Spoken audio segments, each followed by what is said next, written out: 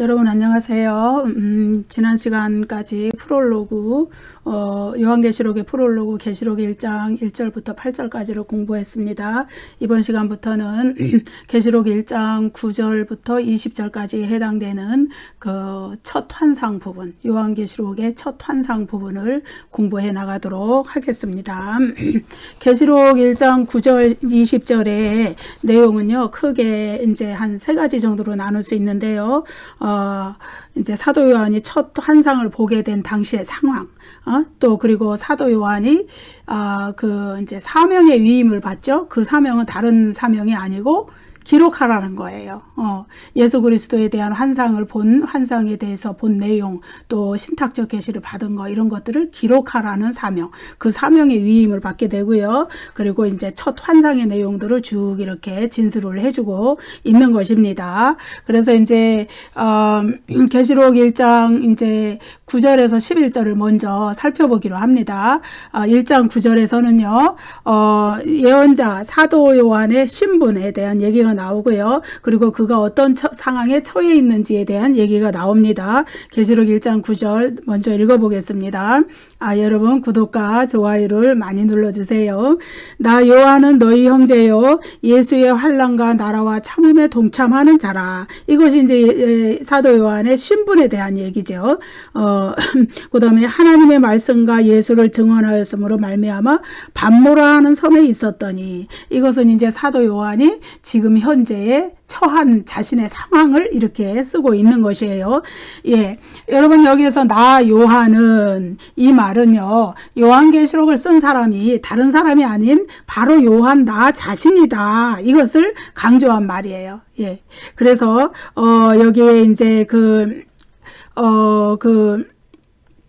이 동일한 표현이 계시록 22장 8절 부분에 나타나거든요. 계시록의 말미에 또 나타난단 말이에요. 뭐냐 하면은 22장 8절에 이것들을 보고 들은 자는 나 요한이니 내가 듣고 볼 때 이를 내게 보이던 천사의 발 앞에 경배하려고 엎드렸더니 나 요한이다. 이것들을 보고 들은 자. 다시 말해서 요한계시록의 22장 8절에 이르기까지 처음부터 계속해서 기록해온 그 진실들, 그 진리들, 그런 사실들, 그런 것들을 기록해 온 사람이 듣고 본 자, 환상은 보았고, 신탁적 계신 들었죠? 그것을 기록한 자는 바로 나 요한이다. 이렇게 쓰는 것이죠. 그래서 이제 프롤로그 부분에서, 이제 여기는 이제 프롤로그의 바로 뒷부분이죠. 1장, 9절. 프롤로그 부분, 또 에필로그에서 자신의 이름을 언급함으로써 요한계시록에 기록된 내용들을 직접 보고 듣고 기록한 자가 요한 자신이다. 이것을 강조해 주는 거예요. 예. 이제 이런 그 말씀들은 계시록 이제 프롤로그 부분에도 있어요. 계시록 1장 1절, 1장 2절, 1장 4절에 계속 요한 자신의 이름을 언급한 내용들이 나오거든요. 한번 볼까요? 계시록 1장 1절 예수 그리스도의 계시라. 이는 하나님이 그에게 주사 반드시 속히 일어날 일들을 그 종들에게 보이시려고 그의 천사를 그 종 요한에게 보내어 알게 하신 것이다. 예.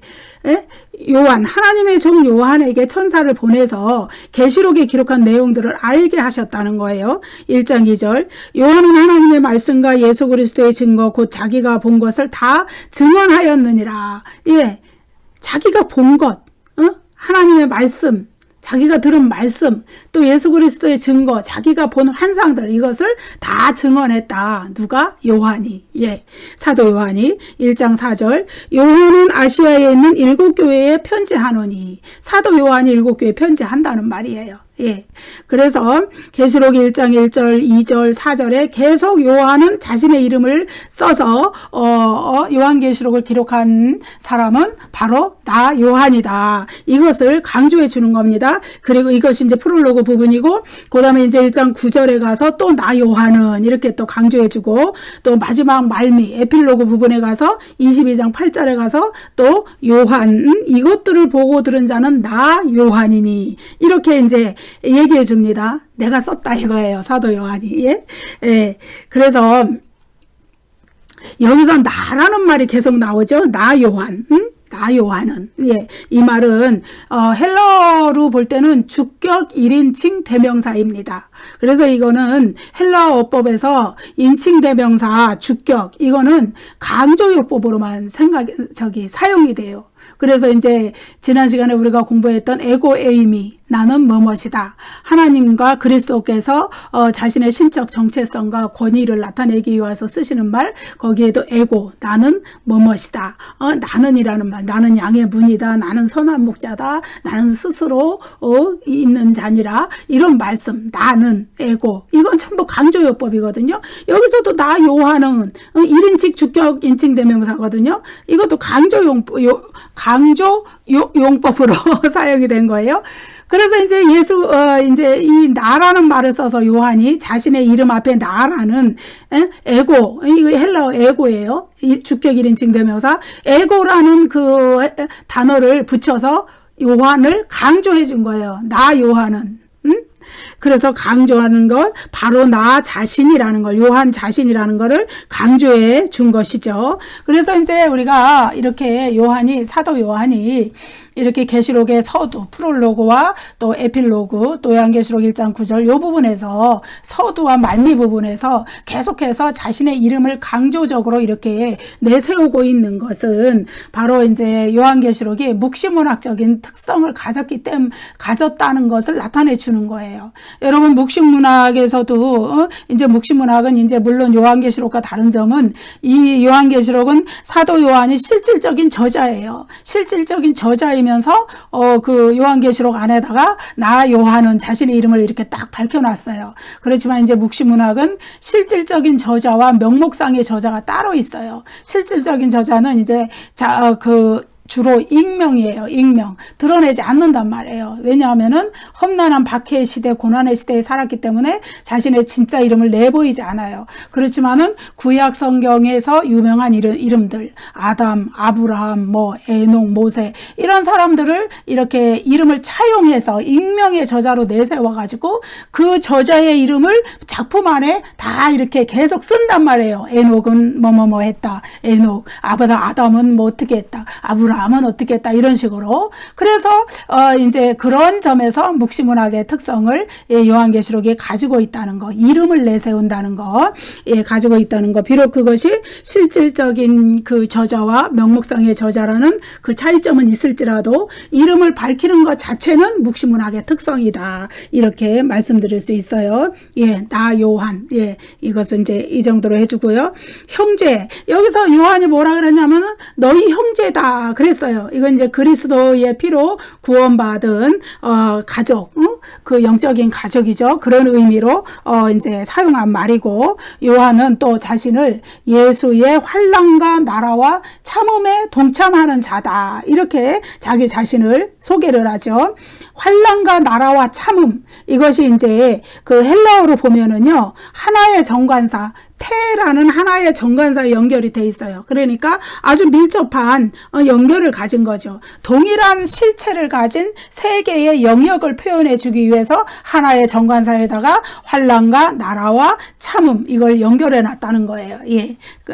그렇습니다. 그래서 환난과 나라와 참음은 사실은 다른 표현으로 한 같은 표현이다. 이렇게도 할 수 있어요. 왜냐하면은 예수의 환난에 동참하는 거는 바로 예수의 나라에 동참하는 것이고, 그 동참하기 위해서는 또 참음, 인내하는 믿음이라는 그 참음의 과정이 있어야 되기 때문이에요. 결코 하나님의 나라는 그 당시의 상황에서 그냥 얻어지는 것이 아니고, 하나님의 나라라는 유업을 받기 위해서, 천국을 유업으로 받기 위해서는 환난을 당해야 되고, 또 참는 인내하는 믿음이 있어야 되고, 그래서 이것은 사실은 세 개의 명사로 표현이 되었지만은 사실은 한 가지 실체를 표현해 준 것이다. 그래서 정관사 태라는 하나의 관사에 환난과 나라와 참음이라 참음에 동참하는 자다. 이렇게 표현이 되어 있는 것을 우리가 알게 되지요.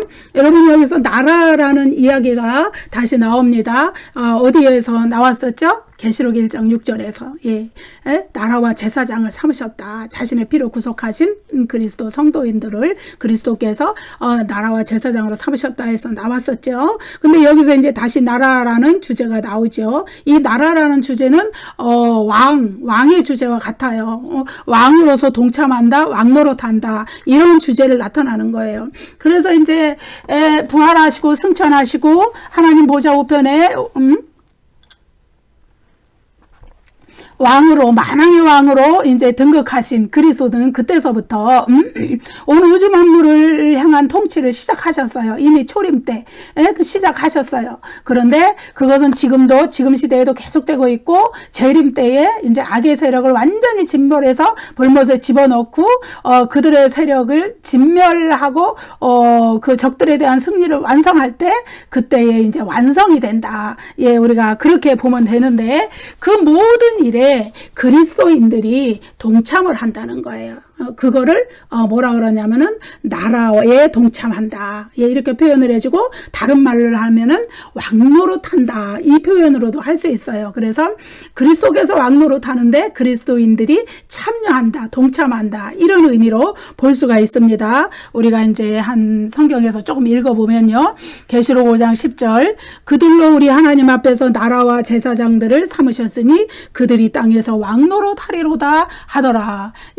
하나님께서 이미 그리스도께서 이미 자신의 피로 하나님 앞에 그리스도인들, 그러니까 구원받은 자들을 사서 하나님 앞에 나라와 제사장으로 들이셨다 그랬잖아요. 그래서 그 나라와 제사장이 된 성도들은 이 땅 위에 사는 동안에도 왕노릇하는 거예요. 그리스도께서 이 땅을 다스리고 다스리는 만물의 통치권자이기 때문에 거기에 동참하는 자들이기 때문에 그래요. 그래서 성도들은 귀한 존재고, 성도들은 높은 존재고, 그런 거예요. 존귀한 자들인 거예요.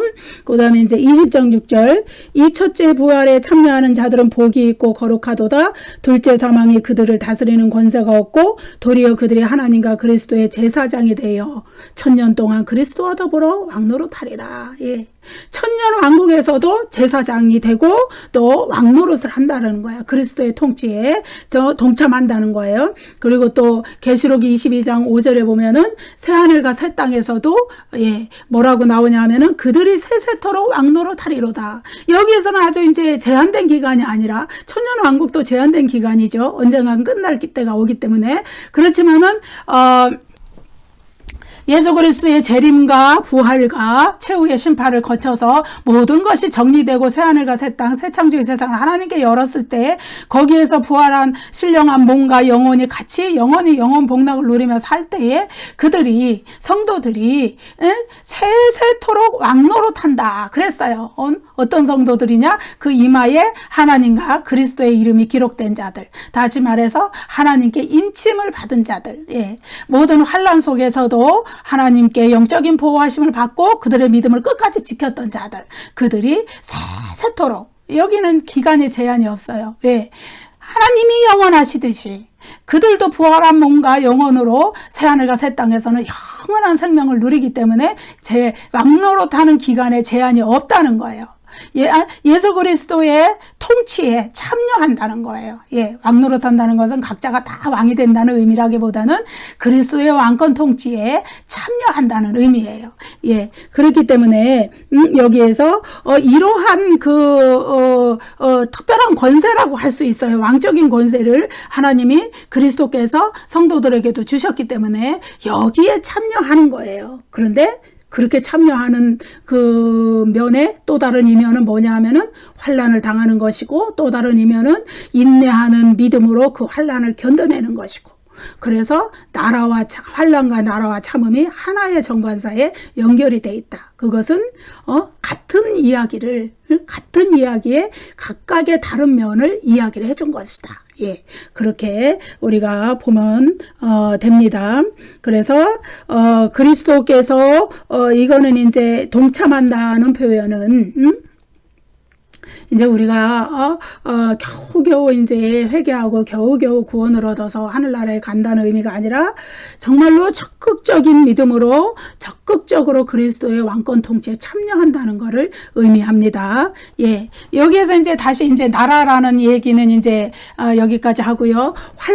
환란이라는 얘기를 해볼게요. 여기서 환란이라는 거는 헬라어로는 들립세이예요. 그런데 이것은 들립시스라는 명사의 역격 명사예요. 역격이에요. 예, 들립시스는 이제 환란을 들립시스라고 그러는데, 그런데 이 들립시스는요, 두 가지 종류의 환란으로 우리가 나누어 볼 수 있어요. 하나는 역사적 종말에 그리스도의 재림을 둘러싸고 그때 마지막 때에 환란과 고통하는 때가 이르를 때 그때 당하는 아주 큰 환란. 그것을 의미해요. 그렇지만은 요한계시록에서 말하는 환란이 모든 환란이 다 그것을 의미하진 않아요. 예. 물론 그러한 의미의 환란도 있어요. 요한계시록에. 그렇지만은 모든 요한계시록에 나오는 환란이라는 그 용어가 다 그 역사적 종말의 재림을 둘러싸고 그 직전에 일어날 환란을 의미하는 것은 아니에요. 그래서 이 요한계시록 1장 9절에서는 어떤 의미에서 이 환란이라는 의미를 썼느냐? 역사 속에 살아가는 모든 세대의 그리스도인들이 그리스도에 대한 믿음을 지키다가 그것으로 인하여서 환난과 고난에 노출되는 그런 의미의 환난을 의미해요.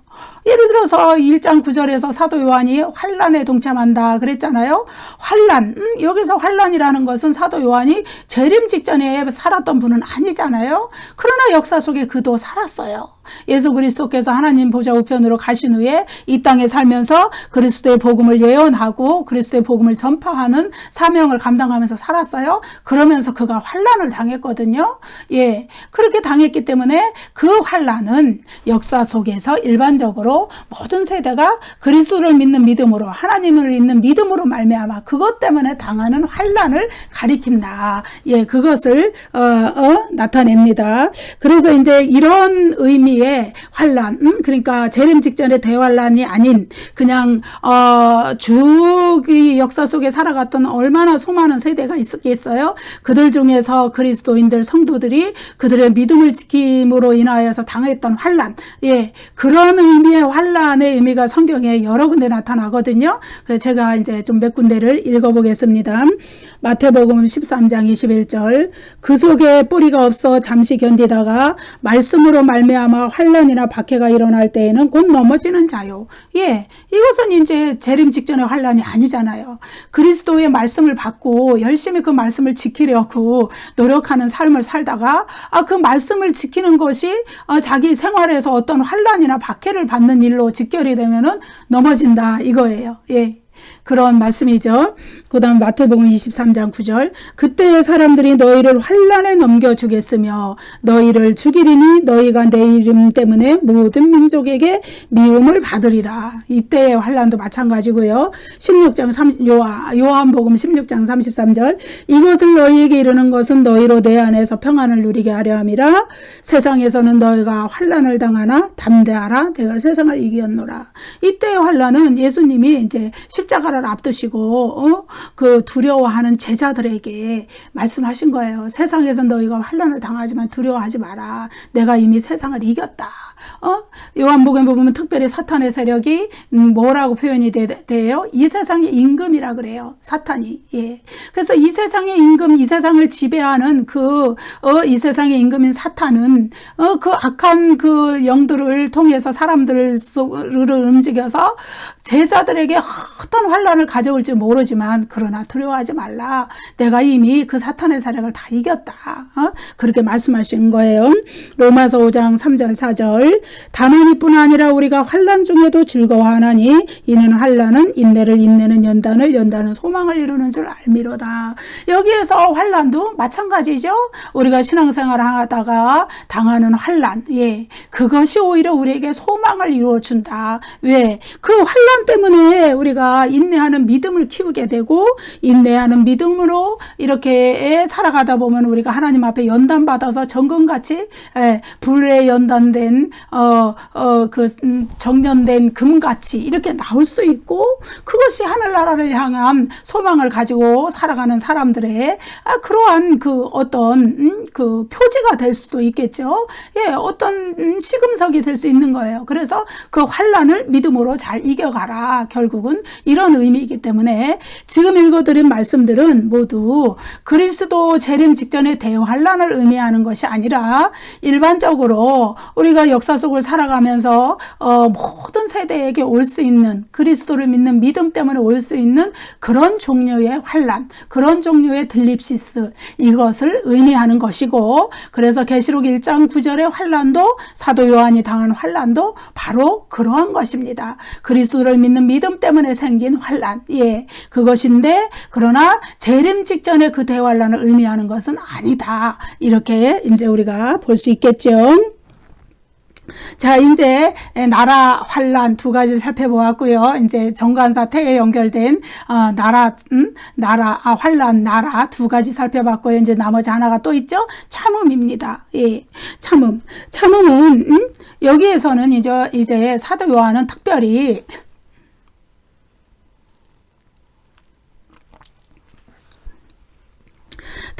이제 로마 제국의 그 황제 숭배에 대한 저항, 예, 이것을 포함해서 이 말씀을 하고 있는 거예요. 예, 무슨 얘기냐 하면은 당시 로마 제국에 황제 숭배가 만연했었고, 그것을 거부하는 자들은 경제적인 고난을 비롯하여서 순교까지 당하는 온갖 박해와 위험에 노출이 되어 있었거든요. 그럼에도 불구하고 그 황제 숭배는 우상 숭배이기 때문에, 예, 그것은 하나님께 대한 죄이기 때문에 그 황제 숭배를 거부하고 저항해야 한다. 사도 요한이 이렇게 말하고 있거든요. 사도 요한 또한 그 황제 숭배를 거부하고 그것이 우상 숭배라는 것을 설파하고, 그러다가 결국 반모섬에 유배가 되었지만은, 그러나 그 환난을 기꺼이 받아들이고 감수하면서 하나님에 대한 믿음을 지켰기 때문에 사도 요한이 하나님 나라를 유업으로 받았듯이, 예? 당시에 소아시아 일곱 교회의 그 구성원들도 마찬가지다. 그들도 중요한 것은 우리가 하나님 나라의 유업을 받는 것이지, 이 세상에 그 황제 숭배의 그 우상 숭배, 이교도의 우상 숭배, 황제 숭배, 거기에 그것이 아무리 생활과 밀접한 관련이 돼 있고, 그래서 그것으로 인해서 고난과 가난과 여러 가지 생명의 위협을 겪더라도 중요한 것은 우리에게 하나님 나라의 유업을 받는 것이지, 끝까지 인내하는 믿음으로 승리하는 것이지, 그것들에 굴복해서 믿음을 버려서는 안 된다. 이런 강력한 메시지를 여기에 인내하는 믿음이라는 의미예요. 참음이라는 이 말 속에 그 참음에 동참하는 자다. 나라와 환난과, 예수의 환난과 나라와 참음에 동참하는 자다. 이 말에서 얘기를 해주고 있는 거예요.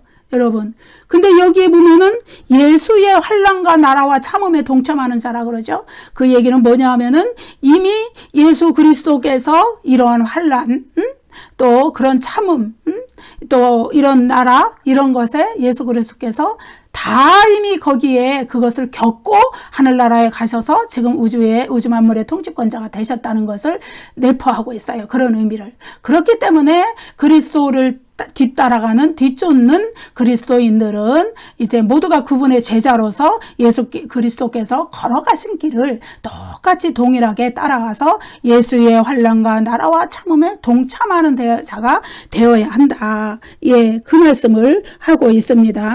자, 이제 당시에 그 요한계시록이 특징적인 건 뭐냐 하면은요, 당시 로마 제국의 로마 황제 숭배 이런 거에 대한 아주 선지자적 비판을 담고 있거든요. 근데 당시에 그 로마 제국은요, 로마 황제는요, 자신을 절대적인 권력자로 내세웠고, 그리하여서 하나님의 자리에, 신의 자리에 자신을 내세웠잖아요. 그래서 많은 사람들을 또 박해했고 고난을 주었고, 그리스도에 대한 믿음을 굉장히 핍박했던 자들이죠. 특히 도미티아누스가, 당시에 도미티아누스가 그렇죠.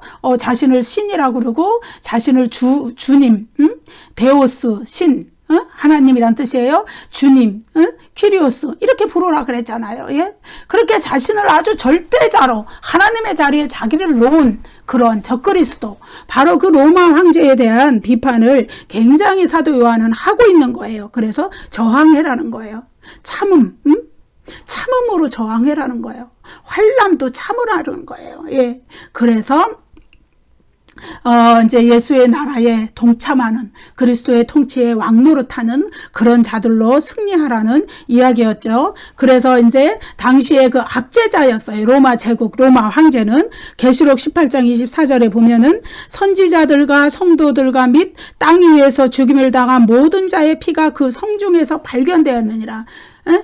바벨론이 심판받는 이유가 거기에서 기록이 돼 있는데, 바로 이건 로마 제국을 의미해요. 근데 이 로마 제국이 심판받는 이유가 뭐냐 하면은 그 로마 제국에 선지자들의 피, 성도들의 피, 심지어 이제 비록 이제 성도들이 아니더라도 불신자들이라도 억울한 사람들의 죽음, 그런 것들이 가득하도록 그들이 절대 권력을 휘두르고 마치 자기가 신인 것처럼 사람들을 함부로 생명을 위해하고 그런 것들, 그래서 그들은 반드시 심판을 받는다는 것이죠. 예, 그렇기 때문에 저항하라는 거예요. 예, 그들에게 굴복해서 황제 숭배에 굴복하지 말고 우상 숭배, 이교도에 거기에 굴복하지 말고 그것에 저항하고 참음으로 나라를 지켜라.